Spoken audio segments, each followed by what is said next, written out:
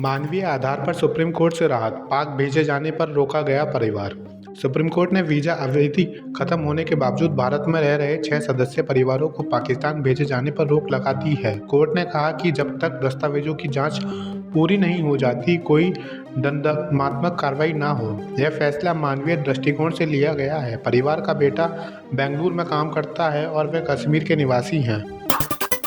National Herald case में राहुल सोनिया गांधी की मुश्किलें बढ़ीं, कोर्ट ने जारी किया नोटिस। दिल्ली की एक अदालत ने national Herald money laundering case में कहा कि आरोप पत्र पर संज्ञान लेते समय सोनिया और राहुल को अपना पक्ष रखने का अधिकार है। विशेष न्यायाधीश विशाल गोगोई ने कहा कि किसी भी स्तर पर पक्ष रखने का अधिकार निष्पक्ष सुनवाई की जान है।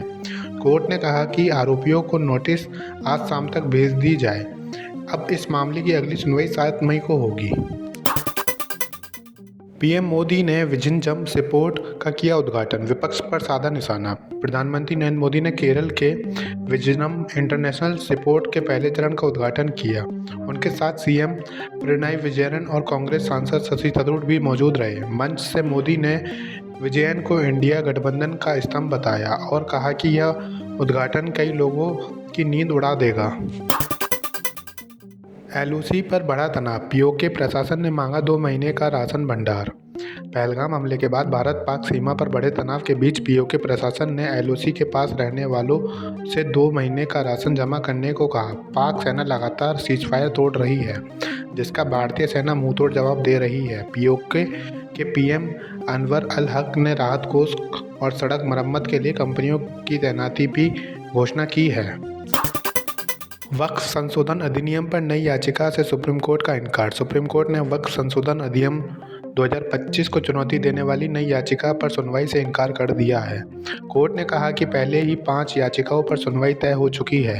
याचिकाकर्ता को सलाह दी गई है कि यदि अतिरिक्त आधार हो तो हस्तक्षेप याचिका दायर करें। साकेत गोखले को हाईकोर्ट से झटका, मानहानि मामले में याचिका खारिज। दिल्ली हाईकोर्ट ने टीएमसी सांसद साकेत गोखले की वह याचिका खारिज कर दी जिसमें उन्होंने लक्ष्मीपुरी से माफ़ी और 50 लाख हर्जाना देने के आदेश को रद्द करने की मांग की थी। कोर्ट ने याचिका में 180 दिनों की देरी को भी खारिज करते हुए कहा कि अदालत का रुख करने में हुई देरी के लिए कोई स्पष्टीकरण नहीं दिया गया। पाक नागरिकों को भारत छोड़ने के आदेश पर फारूक अब्दुल्ला ने जताई आपत्ति। जम्मू कश्मीर के आतंकी हमले के बाद पाक नागरिकों को भारत छोड़ने के आदेश पर फारूक अब्दुल्ला ने केंद्र सरकार की आलोचना की है। उन्होंने इसे अमानवीय और मानवता के खिलाफ बताया, खासकर उन लोगों के लिए जो दशकों से भारत में शांतिपूर्वक रह रहे हैं। उन्होंने कहा कि ऐसे नागरिकों ने कभी देश को नुकसान नहीं पहुंचाया। मंगलुरु में मॉब लिंचिंग केस में पाक समर्थन की अफवाहों पर पुलिस का बड़ा बयान। मंगलुरु में हुई मॉब लिंचिंग मामले में पुलिस ने स्पष्ट किया है कि मृतक द्वारा पाकिस्तान समर्थक नारे लगाने से कोई पुख्ता सबूत नहीं मिले हैं। पुलिस आयुक्त के बयान से उन मीडिया रिपोर्ट्स पर सवाल उठे जिनमें ऐसी बातें कही गई थी। घटना ने पूरे क्षेत्र में तनाव बढ़ा दिया है।